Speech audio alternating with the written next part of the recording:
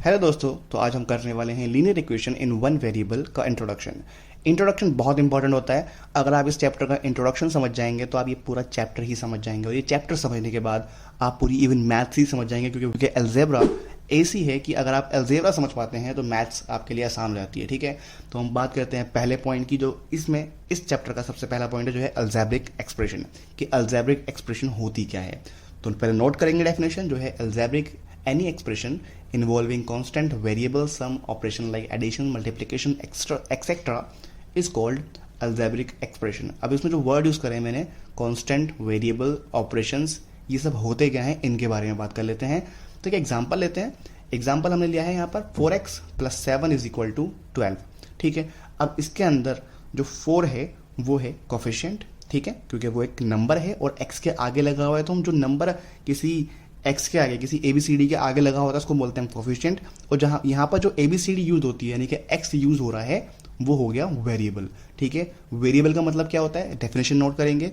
A variable is an unknown number. ठीक है, जिसका हमें नहीं पता है उसको हम बोलते हैं वेरिएबल। कुछ भी, x इज एनी नंबर, कुछ भी हो सकता है। ठीक है, 1 2 3 4 5 एनी नंबर हो सकता है। तो जो हमें नहीं पता वो है क्या, वेरिएबल। और जो हमें पता है वो क्या है, कांस्टेंट, क्योंकि फिक्स है। डेफिनेशन नोट करेंगे, any number without any variable is called constant. यानी अब यहाँ पर लिखा है 4 है, यहाँ पर 7 है, यहाँ पर 12 है, ये सब क्या है, कांस्टेंट हैं। ठीक है, नंबर्स हैं, इनकी वैल्यू फिक्स है। अगर मैंने आपसे कहा कि आपके पास 4 रुपीज़ हैं तो 4 रुपीज़ ही रहेंगे। अगर मैंने कहा कि आपके पास x रुपीज़ हैं तो वो कितने भी हो सकते हैं, भले वो 10 रुपीज़ हो सकते हैं, भले वो 100 रुपीज़ हो सकते हैं, कुछ भी हो सकता है। ठीक है, तो होप आपको वेरिएबल और कांस्टेंट में डिफरेंस समझ में आ गया होगा। ठीक है, उसके बाद हम बात करते हैं टर्म्स की। ये टर्म्स क्या होते हैं, तो आपको यहाँ पर दिख रहे हैं 3 टर्म्स हैं। ठीक है, एक 4x एक टर्म है, 7 एक टर्म है, और एक 12 ये एक टर्म है। तो यहाँ पर 3 टर्म मौजूद हैं। ठीक है, तो हम इस टर्म से ध्यान रखेंगे कितने टर्म्स हैं। ठीक है, डेफिनेशन नोट करेंगे, a term is any number of variable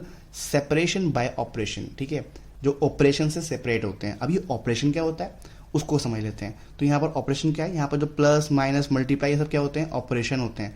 तो यहाँ लगा है प्लस, तो ये प्लस क्या है, ये प्लस एक ऑपरेशन है। ठीक है, लास्ट पॉइंट जो हमें इस चैप्टर के लिए समझनी है वो है लीनियर इक्वेशन। अभी लीनियर इक्वेशन क्या होती है उसको हम समझ लेते हैं। पहले डेफिनेशन नोट करेंगे, a linear expression is an expression whose highest power of the variable is only 1। ठीक है, जिसकी पावर क्या होती है, सिर्फ 1 होती है।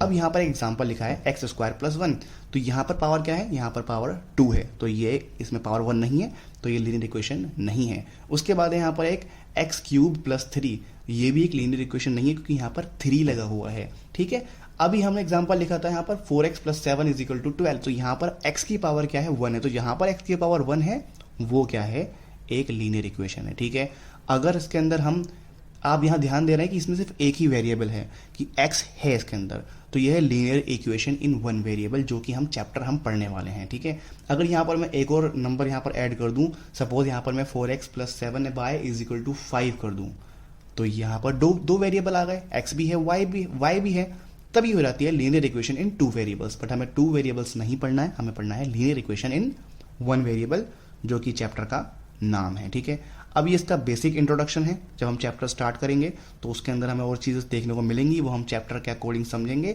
बट ये था इसका बेसिक इंट्रोडक्शन। होप आपको समझ में आया होगा।